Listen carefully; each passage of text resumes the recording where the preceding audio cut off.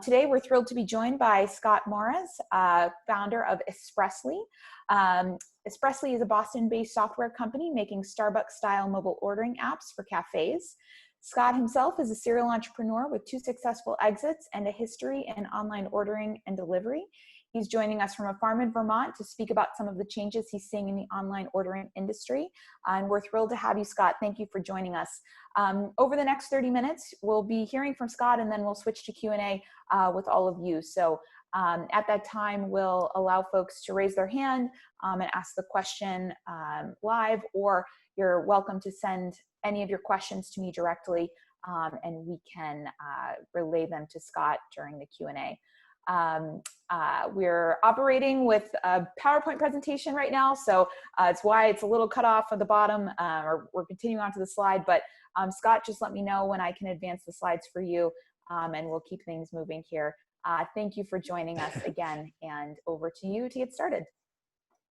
Thank you so much for having me. And yeah, just as a disclaimer, I am in a small farmhouse that happens to have a few family members here, as well as my children. So I almost expect that there will probably be some kind of disruption. But yeah, to get started.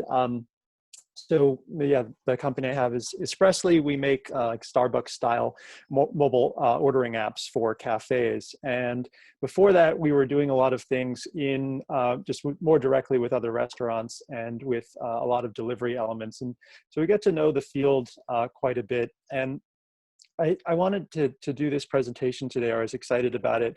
And I wanted to really try to come up with some things that might be a little bit more inobvious, and hopefully people can find a bit insightful.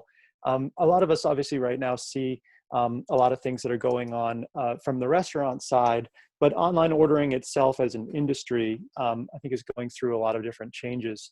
With that, Lauren, could we please go to the next slide?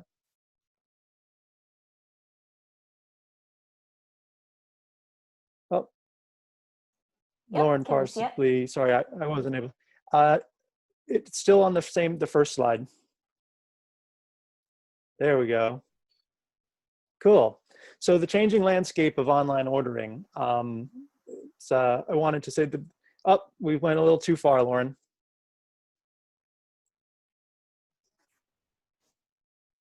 Sorry, yeah, we're way down now. There you go. Oh. We skipped one. That. I'm seeing there we go. Slide 2. Yes, and sorry for everyone. It's actually completely my bad that I was not able to share my screen. So it must be something with my connectivity. So Lauren very graciously has my slides, and we are working in tandem. So please excuse any little mishaps with that. So this is my overview. Obviously, the number one thing that's changed is that restaurants now have basically had to embrace some kind of online ordering and or delivery because their business models have been completely shifted upside down with all of the elements of both from the governmental side and or from the societal side of people not feeling comfortable with being able to go into restaurants. The next piece I wanted to bring up, which we'll get into more detail in, is really about marketplaces versus native ordering. So marketplaces are our Grubhubs, our Uber Eats, our DoorDashes, and what's sort of changing for them, and also what's changing from the side of native ordering. So online ordering that restaurants or cafes are more adapting to being able to do themselves. And there's a lot of changes in those elements, and they obviously relate and play back to the marketplace. Another major element is just new business models. So the new business models both for restaurants, and there's also new business models for some of the ordering tech companies. And with that, Lauren, could you please go to the next slide?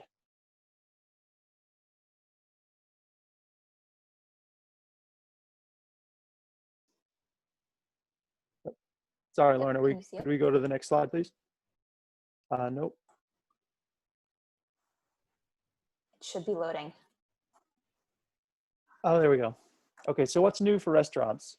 I'd say obviously the new business model for a lot of restaurants, they have had to quickly adapt to be able to, if they're going to stay open at all, a lot of places have all shifted towards pickup and delivery. Now, for some businesses, that's very challenging for them, and it doesn't quite make sense. A lot of other ones are able to do it pretty successfully. I think that one of the biggest things is, 3 months ago, I don't know if anybody had heard of this term curbside pickup. And it's probably going to be the word of the year, introduced into the dictionary. It's something that just never really made any sense before, or rarely made that much sense.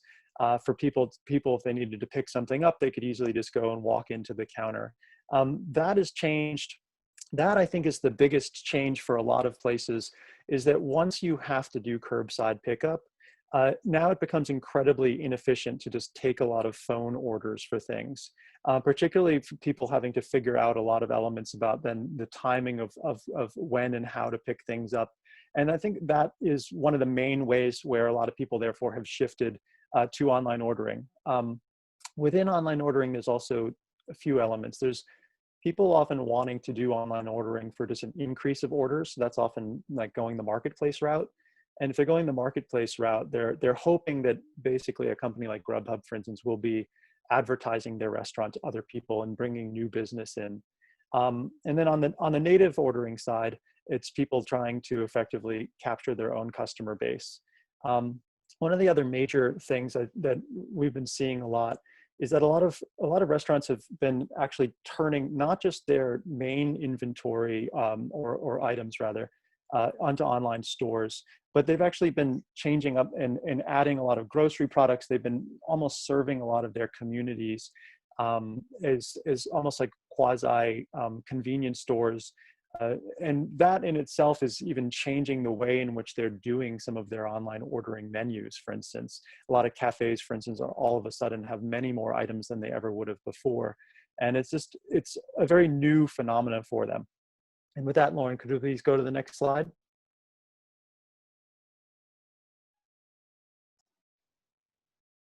It's just taking a second to load as I switch the slides. So there may be a delay. Okay. Well, no problem from my side. I feel bad for everyone else that I wasn't able to do this do this a little bit better. So who's not doing well right now? Obviously, high volume destination type restaurants that were very ambiance based, were very dine-in based, shoulder to shoulder elements. One side obviously is that many are not simply not able to be open, but even the ones that are, just changes to consumer behavior and rises of very very reasonable germophobia elements are really challenge those business models. The other thing we see is restaurants that lack really strong customer loyalty. They're sort of falling between the cracks right now, and particularly when it comes to online ordering, they really have a hard time because they're not able to really effectively capture the desire for a particular customer base to come to them. So they're almost effectively at the mercy of, which is the third piece here, which is third-party marketplaces. And being a part of Grubhub and DoorDash and Uber Eats, it has its pros and cons. But when they first started, people were very excited about them because of the idea that these places could offer delivery services the restaurants couldn't, and they also would serve as great marketing vehicles for them. So therefore, they were willing to put up with things like 25 and 30% commissions. Obviously, as time's gone on, that's turned out to be not something that they're that happy with anymore, particularly as a lot of power has seemed to shift over more towards the marketplaces in terms of the consumer behavior or consumer connectivity. And with that, could you please, next slide, please?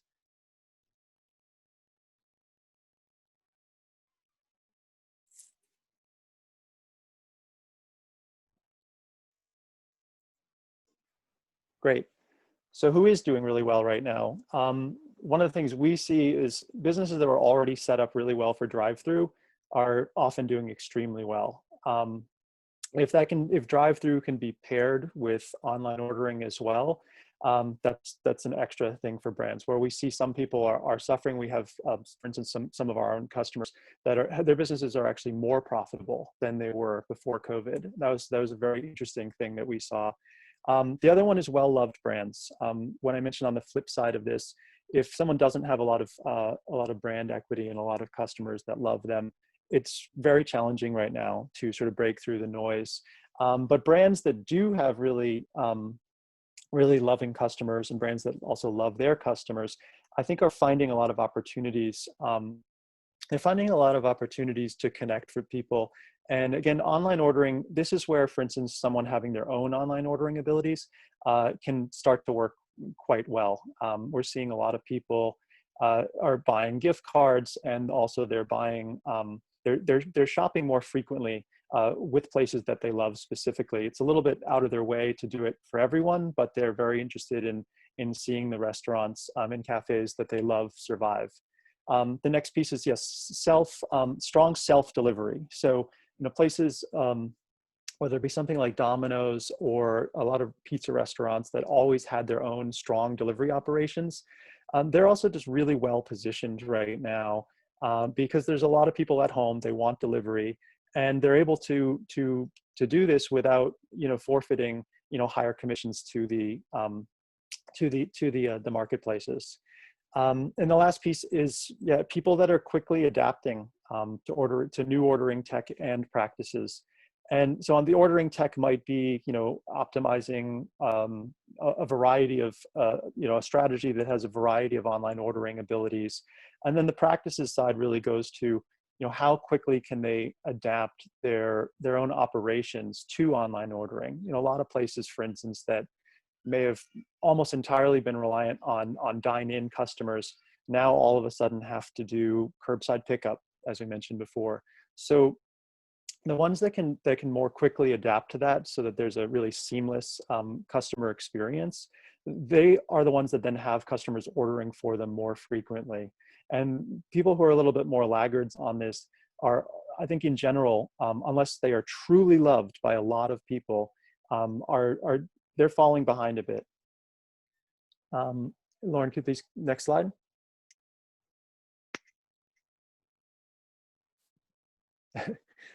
So I mentioned, it looks like our names cover some of this.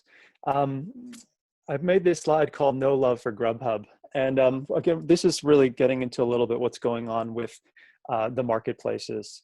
So this receipt was published, I think, about a month ago, which shows at the top that someone had at their restaurant 46 prepaid orders for about a little over $1,000, and then they give the breakdown of everything and all the fees that Grubhub had charged them.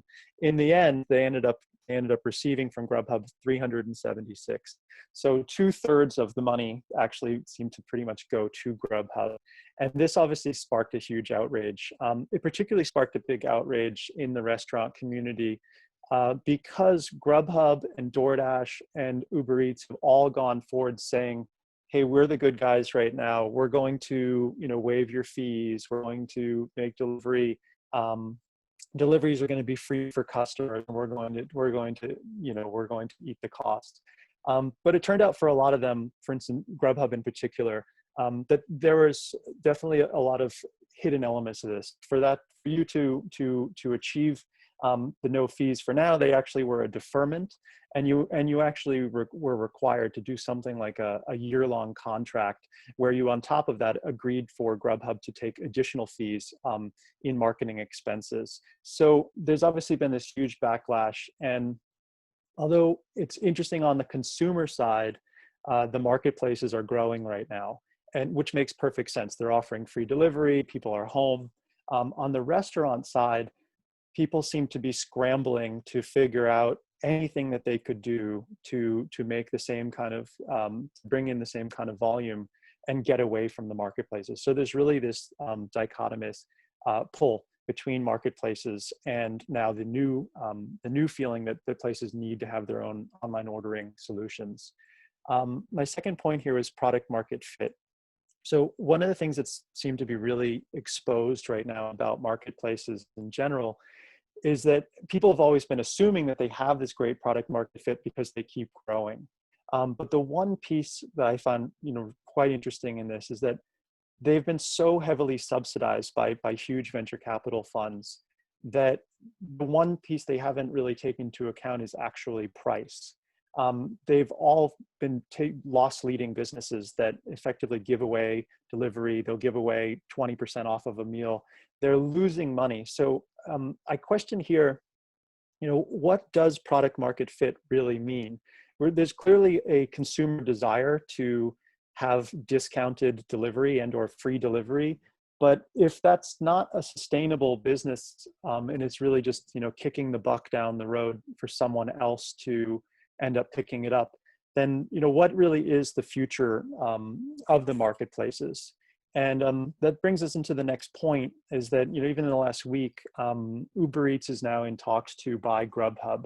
For people newer to this, there are 4 primary players in America. There's Grubhub, DoorDash, Uber Eats, and Postmates. DoorDash right now has the most market share, although if Grubhub were to be bought by Uber Eats would all of a sudden take the lead.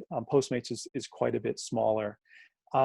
There's a lot of controversy around the possible consolidation from both the governmental side and people's concerns. Pardon me that you hear my baby son crying. So for marketplaces, not quite sure what the future is going to hold. We're seeing, I think, 2 really interesting elements. We're seeing both a lot of growth in people using marketplaces, and we're also seeing a lot of distrust and ultimately restaurants trying to get away from them. Next slide, please.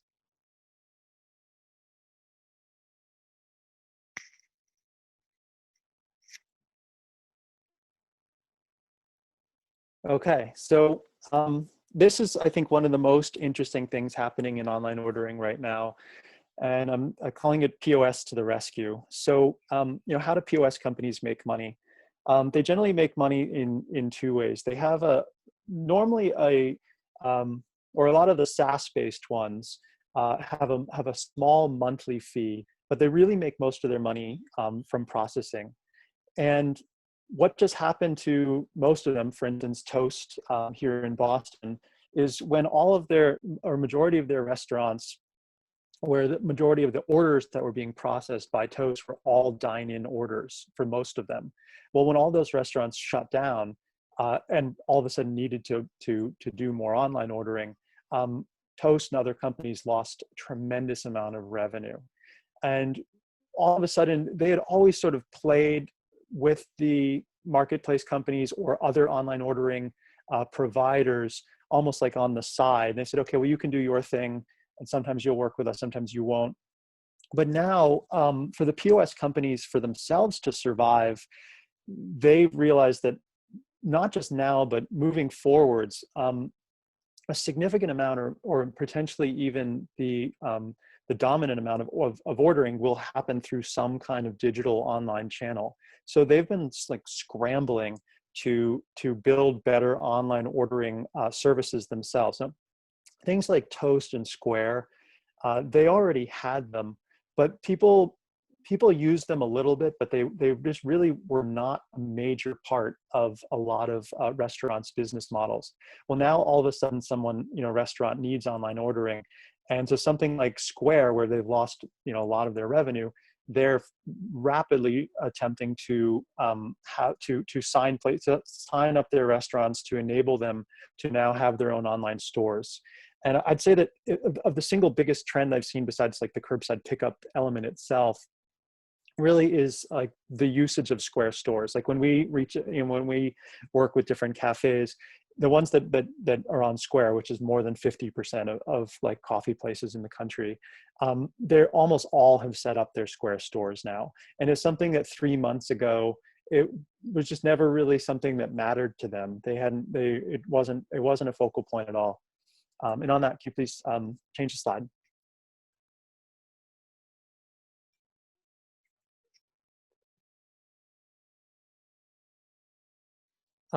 So this is this other piece that we're seeing, and it's ultimately the focal point of my business, Espressly, is just say somebody does now have an online store. What is the difference? Why would somebody order on what we call like an online store, which generally means web-based ordering, versus mobile ordering? And what we've found is that online stores are excellent capture points for single or for less frequent orders. So if, for instance, somebody was going as a tourist someplace for the weekend, it would never make sense to download a mobile app to just do a single order. Or if there's a particular restaurant that you really liked, but maybe you only went there, every 4 months or 5 months, it again wouldn't make sense for you to download their particular app.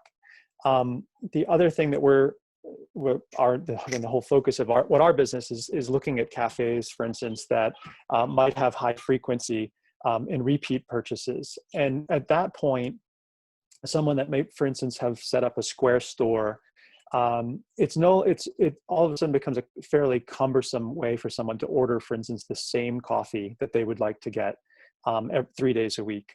So we're seeing this other change for a lot of people right now is, almost everyone right now is adopting some form of online ordering, but they're going to choose, do I want to do my own ordering? Do I want to just do marketplace? Do I want to do an app?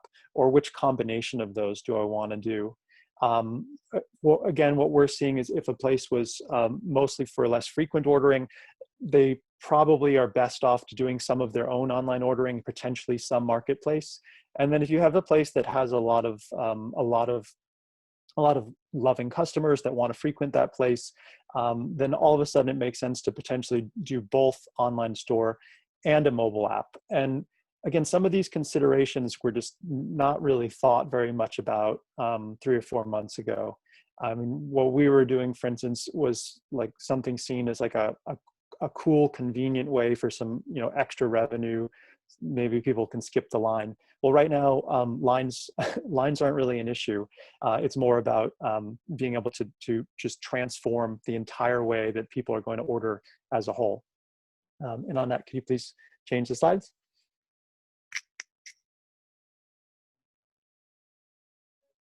Cool. So for my last slide, just wanted to share some of my personal predictions, of which I could be absolutely wrong about, but they're kind of just where I'm sort of seeing the world in how this relates.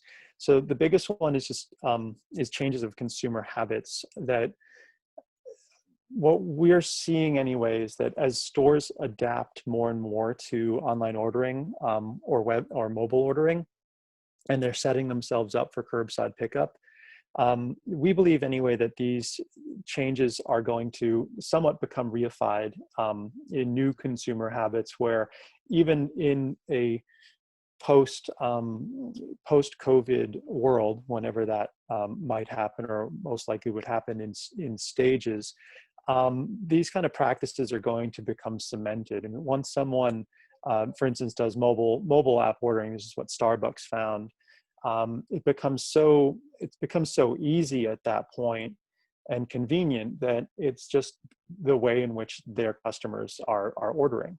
So that's obviously a huge thing. We also believe that curbside pickup is going to be here for a while, or rather for the end of potential human history, because it's just sometimes a more convenient element, even picking things up from a convenience store, for instance. So then there's the rise in marketplace usage but distrust. I had mentioned that before. I don't know exactly how it's going to shake out, but it's very interesting that there's this pivot point that consumers want an aggregated, easy place to be able to order. But when those places charge 25-30% commissions for restaurants, it's just completely upside down, and the restaurants themselves want to get off of them. And ordering as a continued primary strategy, from the businesses themselves, the cafes, as these things become cemented in, I think there's going to be this place where mobile ordering is not just seen as this, let's just get through COVID. It's going to become part of the entire business model itself moving forwards. And that has something to do with the next piece, which is the survival of the fittest business models. So many restaurants are in financial distress right now. And if they're not able to effectively make more money now, and or have things like reduced expenses, reduced rent, then those businesses may not be around. So which businesses will be around? Well, they're going to be the ones that are successfully adapting to the current situation, as we don't know how long it's going to last.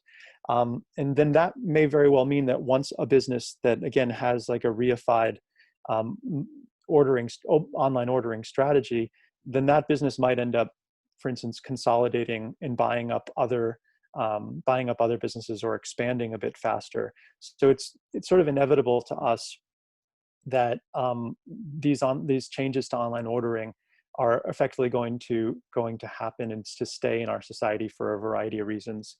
Again, and then the last piece that I'd end on was just, again, this element that mobile strategies is something that's really new. I mean, something like Starbucks was super successful, but then it wasn't really able to, it wasn't something that was available to people.